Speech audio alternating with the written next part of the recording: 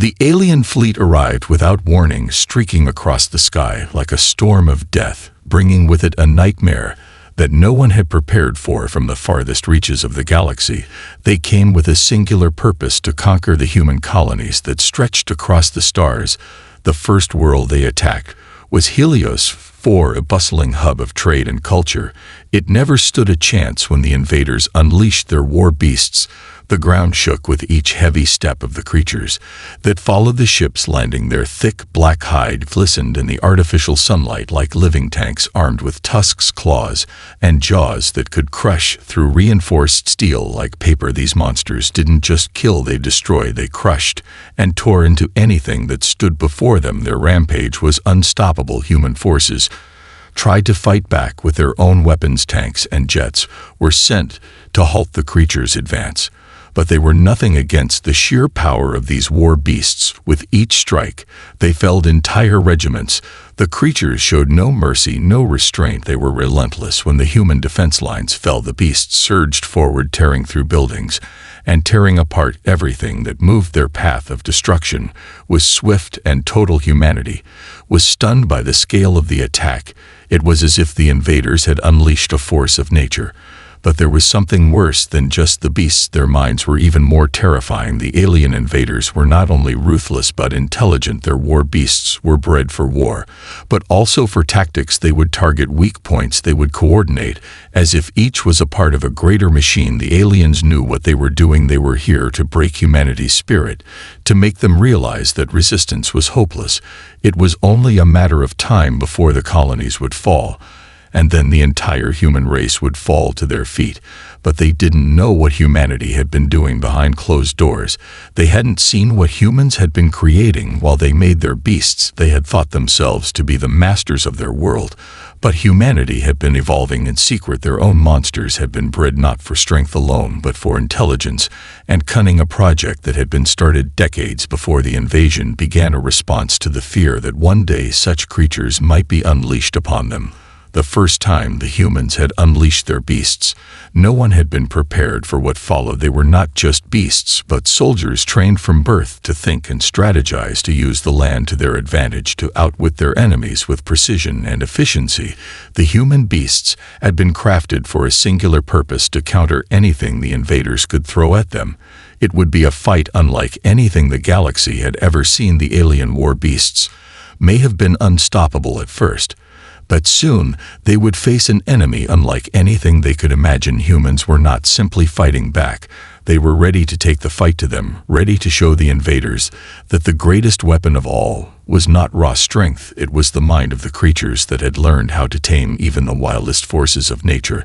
The war was only just beginning, but humanity would not go quietly into the night.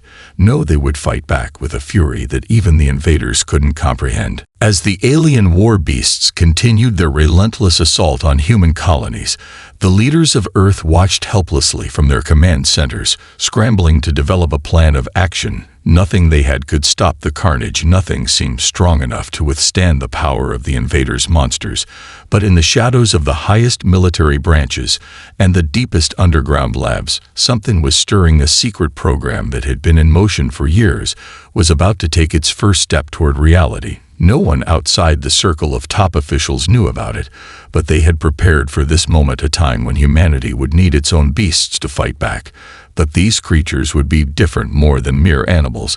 They would be weapons with minds of their own, intelligence sharper than anything the invaders had ever seen. It had taken years of research and countless resources to design creatures that could match the alien threat. They were not bred for size or brute strength alone. They were designed to be tactical thinkers and efficient killers. Each one of these beasts had been genetically modified to think, analyze, and adapt to any situation. This was humanity's secret weapon, and it was about to be unleashed. The facility that housed these creatures was hidden deep beneath the surface of an uninhabited moon.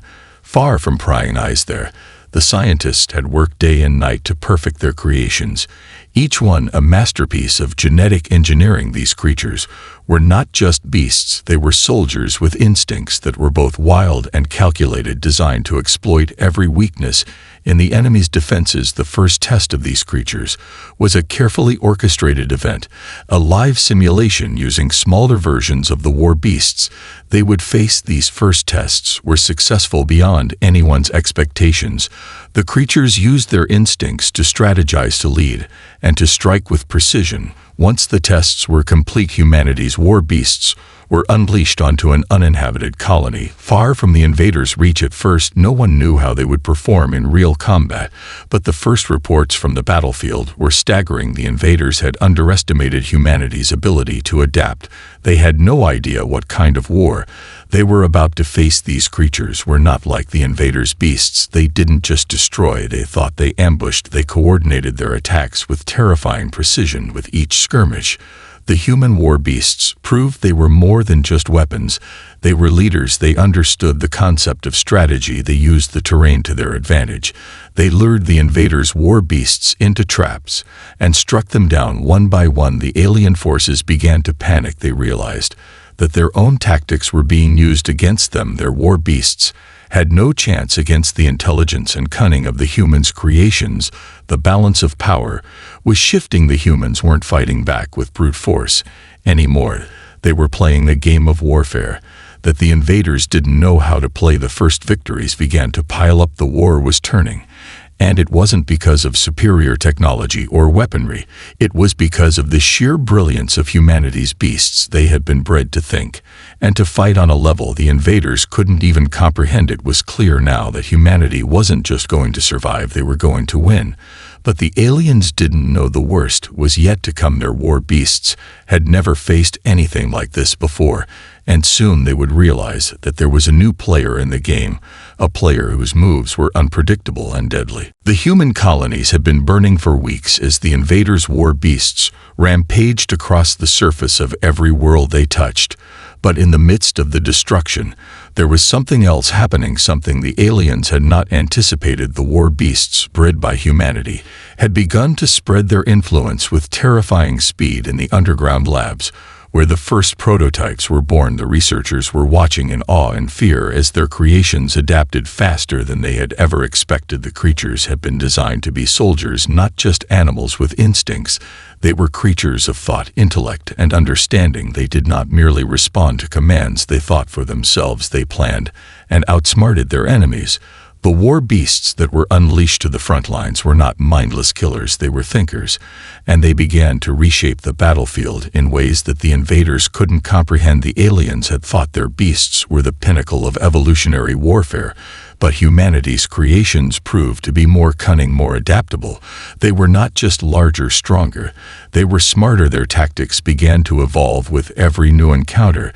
They stalked the alien beasts from the shadows, observing their weaknesses, exploiting every flaw in the invaders' strategy.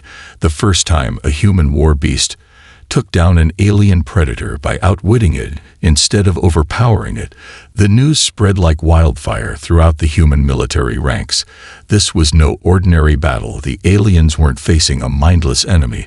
They were facing creatures that could think, they could learn, they could adjust. And soon the aliens began to question their own superiority. Their initial confidence began to crack. And their war beasts weren't the only thing losing control. The alien forces began to crumble as their tactical superiority faltered. They tried to adapt, sending wave after wave of beasts to the front lines.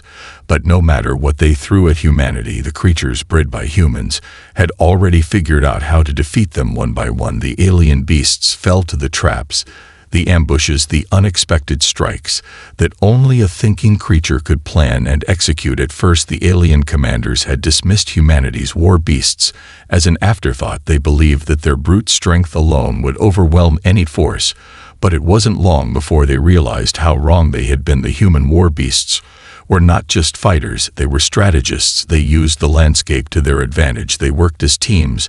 They lured the invaders' beasts into traps and picked them apart with surgical precision.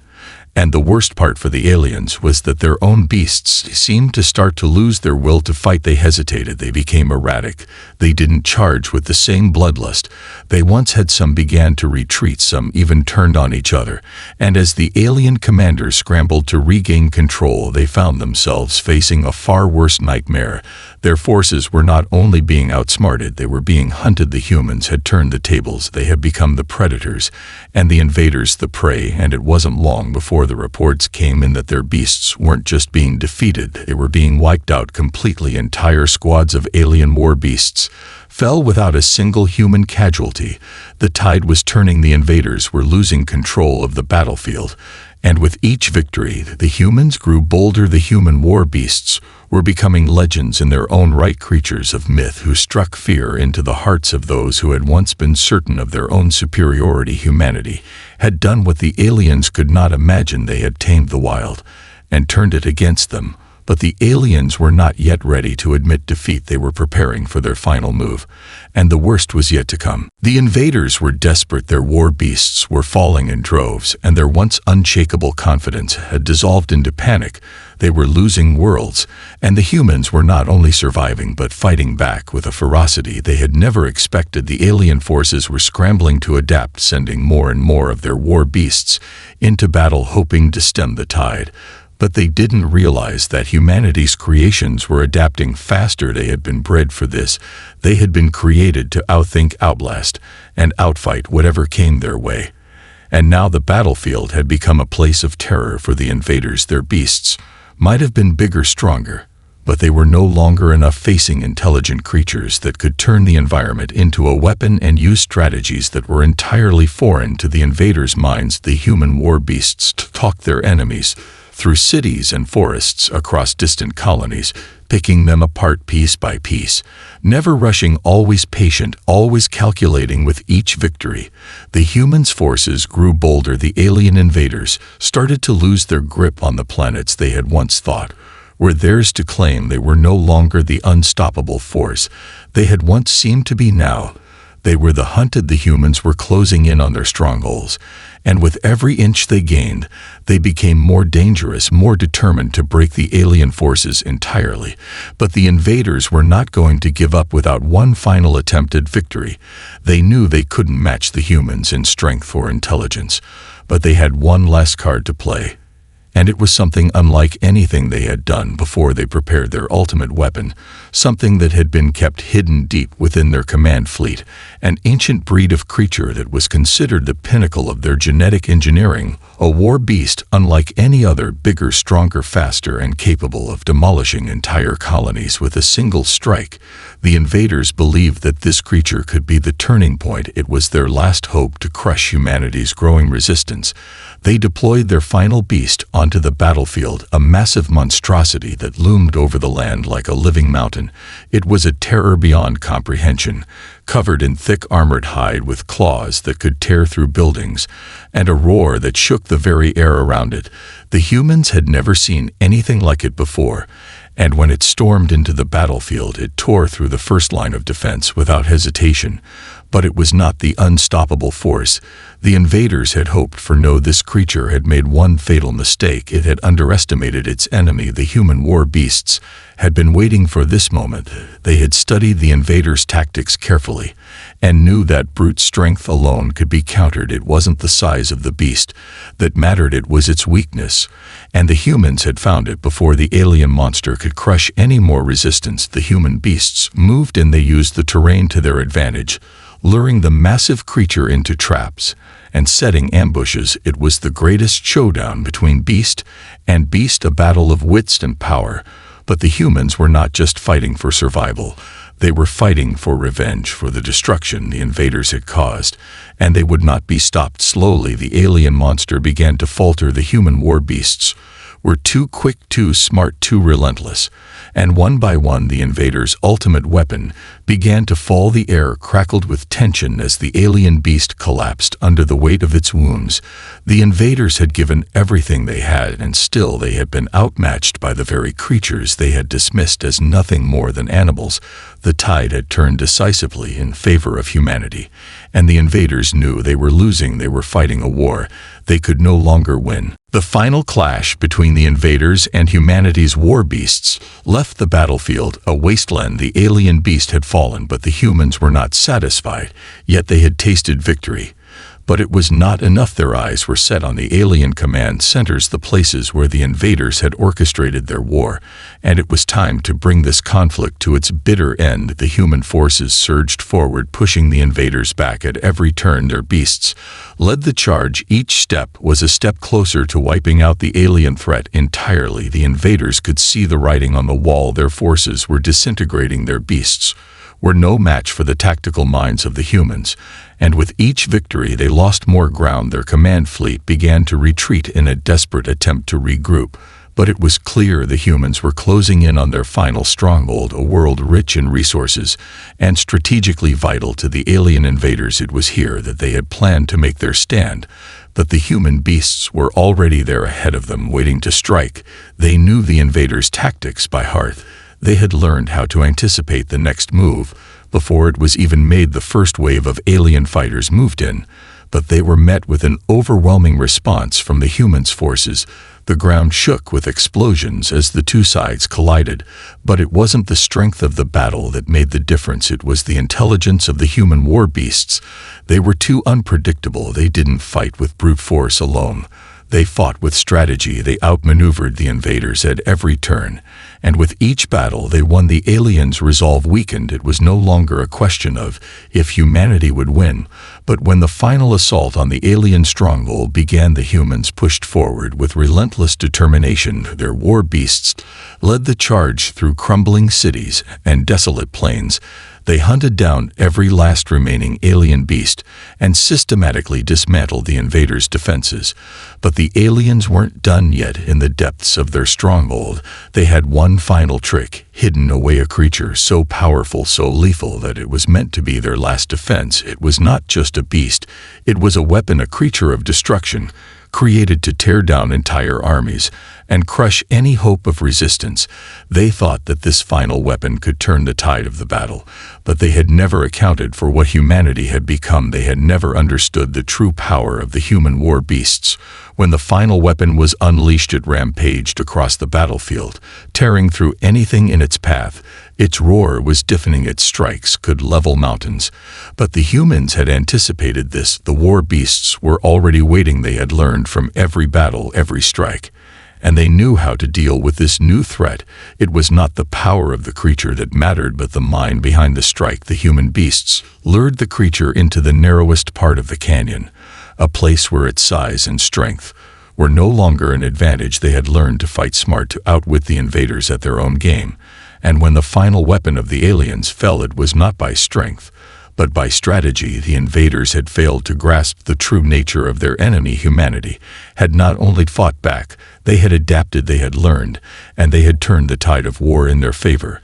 And as the alien beast collapsed under the weight of its own arrogance, humanity's victory was assured. They had proven the greatest weapon was not strength or fear, it was intelligence. And now the invaders knew they had no chance against it. The invaders' final weapon lay defeated on the battlefield, its massive form crumpled like a fallen titan, and with its destruction came the realization that humanity had won the war. But victory came at a cost. The human war beasts had proven to be more than just soldiers. They had become legends, creatures born from the darkest corners of scientific ambition, and their success was both a triumph and a question mark, a question that no one had yet answered. What would humanity do with the power they had created? The alien forces had been driven back into the void of space, but the damage was already done. Humanity had crossed a line no one had expected to cross. The war beasts were no longer just tools of survival. They were now living weapons capable of unimaginable destruction. And as the dust settled on the last battlefield, the humans were left to reckon with what they had unleashed. The decision to create such creatures had been one made in secret and out of fear, but now the consequences of that decision were inescapable. Humanity had won the war, but at what price? The war beasts had fought with honor and precision, But the lines between weapon and creature had blurred beyond recognition. Could these creatures be controlled, or would they eventually become a threat to the very species that created them? Those questions echoed through the halls of military command centers and research labs as the world tried to come to terms with the implications of their victory. But there was no easy answer. The beasts had fought to protect humanity, but they had also destroyed entire cities, entire colonies, entire worlds in their wake. Were they still human creations, or had they become something else entirely? As the survivors of the war rebuilt their shattered worlds, they faced a new reality. The war beasts were still out there, and they were no longer just part of the military. They had become part of the fabric of humanity itself. They were revered and feared in equal measure. Each new generation of war beasts grew stronger, smarter, more capable than the last, and the questions of control grew more urgent. As they did, the human leaders had no choice but to continue the work that had been started in secret. They began to study the war beasts more closely, trying to understand the full scope of their capabilities and what it meant for the future of humanity.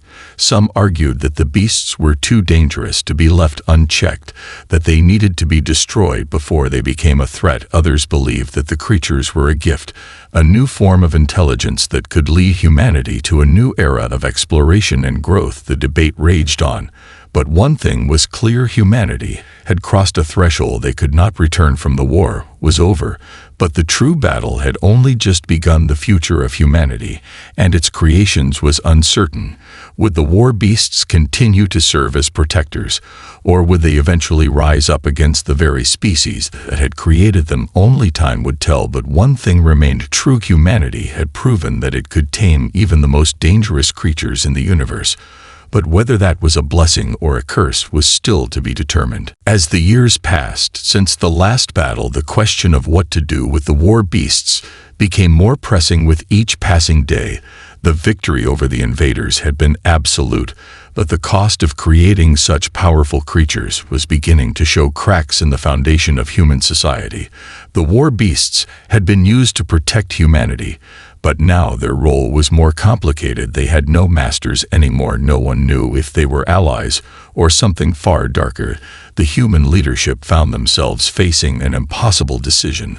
They had already created something they could no longer control, a force of nature that could just as easily turn against humanity as defend it. But they could not simply destroy them either, for they had become too integral to the survival of the colonies, too woven into the fabric of the new human order. The first few years after the war had seen a fragile peace, but the world leaders were growing increasingly anxious. They had watched how the war beasts interacted with their environment, how they showed intelligence beyond comprehension. They were no longer mindless killing machines, but sentient beings capable of decision-making and complex reasoning. What had started as a military weapon was becoming a living species, and the question had become who was responsible for them. Were they to be treated as soldiers or as citizens of humanity's new empire? As the tension grew, factions began to form. Some of the old military commanders still saw the war beasts as tools of war to be wielded only when necessary. Others, including prominent scientists and philosophers, began to argue that these creatures should be regarded as equals capable of their own autonomy. They were no longer merely experiments, but living beings with the right to choose their paths. The divide was sharp, and the disagreements were loud. On one side, there were those who feared what the war beasts could become, what they could do if they were ever pushed too far. On the other side, there were those who believed that humanity owed them respect, that they had been born from a human desire to protect and had fought alongside them for the survival of their species. But how far would the war beasts go in their own desires? Some of the creatures began to show signs of leadership. They had learned how to organize themselves, how to lead packs, and even manage smaller groups of humans who still followed their commands. They had been bred for combat, but now they showed traits of wisdom and understanding, traits that would have been impossible to predict only a few years earlier.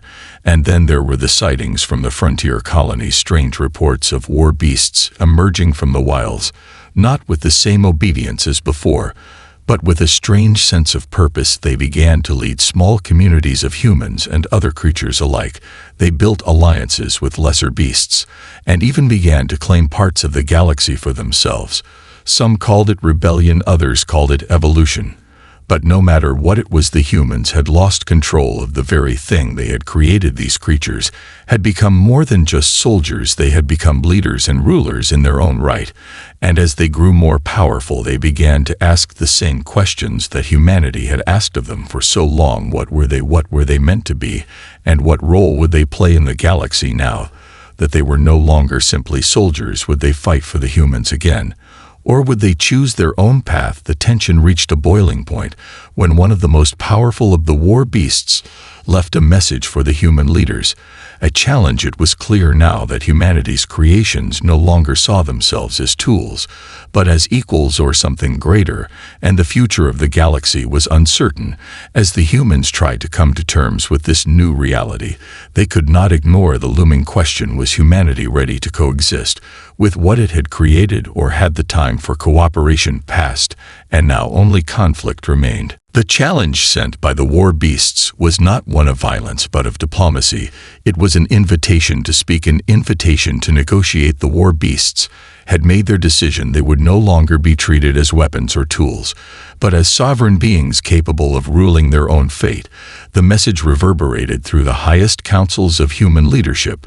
Some saw it as an opportunity, a chance for a new era of peace and cooperation. Others saw it as a threat, the end of human dominance across the stars. The debate was fierce as the human leaders debated how to respond. Should they ignore the message and continue to treat the war beasts as tools? Or should they acknowledge the new reality that the creatures had become something more, something independent? The frontier colonies were the first to react, and their reactions were divided. Some colonies saw the war beasts as their protectors, allies who had fought beside them through the darkest hours, and believed that their independence was a natural progression, a step toward a more unified galaxy. Others feared that the war beasts had gone too far, that if left unchecked, they would start claiming more than just isolated sectors. They would seek control over entire systems. The situation grew tense as more and more war beasts began to assert their presence across the galaxy. Some of them took control of deserted outposts and uninhabited planets, while others settled in the wilderness areas of human colonies, forming new pacts and territories. The humans were beginning to realize that they had created something far beyond their ability to control, and the implications of that realization were growing clearer by the day. The rise of the war beasts brought about a new kind of fear, one that wasn't born of their power, but of their autonomy. The war beasts no longer followed orders. They no longer bent to human will. They had learned to think for themselves, to act in their own interests, and this independence posed a threat to the old order. The humans who once commanded them now found themselves at odds with creatures that had once been allies, but had now become something else entirely, something more dangerous and unpredictable. Yet there were still those who believed in peaceful coexistence. They argued that humanity had created the war beasts to protect the colonies, and that this was merely a phase in their evolution. They pointed out that the war beasts had no interest in destroying humanity, but rather in carving out their own place in the galaxy. They had learned to govern themselves, to form their own societies, and there were even reports of war beasts seeking out diplomatic relations with human leaders. Instead of conflict, but peace was not easily achieved. There were factions within humanity who would not accept the war beasts as equals or partners. They viewed the rise of these creatures as a threat to human sovereignty, to human identity, and they were not willing to let go of control so easily. Tensions reached a tipping point when one of the war beasts declared its own dominion over a strategically important sector. The humans sent a fleet to quell the uprising, but the war beasts were not afraid. They did not fight in the same way as before, no longer simply responding to commands. They now fought with purpose, with meaning, and they had a strategy of their own. The battle was long and brutal, but in the end, the war beasts emerged victorious. The human fleet was forced to retreat, and the sector was officially claimed by the war beasts. They had succeeded in carving out their own empire, one that was not based on subjugation, but on a new form of order, a new way of living and governing. But as the war beasts expanded, so did the fear of humanity. What would they become if they continued to grow unchecked? Would they eventually seek to dominate all of human space? Or would they find a way to coexist with their creators? Humanity now faced a future that was uncertain. The galaxy was no longer under human control, and the question of whether the war beasts would become allies or adversaries would determine the fate of the stars. In the wake of the war beasts' victory, the galaxy was plunged into a period of uneasy peace. Humanity's power had been shaken to its core. The war beasts had claimed their own place in the universe, no longer subjugated to the will of their creators, but now standing as independent beings with their own territories and their own leaders. The question of coexistence remained unanswered, and the future of human society was in flux for those who supported peaceful integration. The war beasts represented the dawn of a new era, an era where humanity could live alongside their creations as equals, not masters and slaves, but partners in a shared future. They argued that the war beasts had proven their intelligence, their loyalty, and their ability to govern themselves, and that they deserved a place at the table of galactic diplomacy. But there were others who could not accept this new reality. They saw the war beasts as a threat to the very foundation of human civilization. They feared what might happen if the creatures continued to grow in power. If they ever decided that they could not coexist with humanity, that they would rise up and claim all of human space as their own. The tension between these two factions continued to build until it reached a boiling point.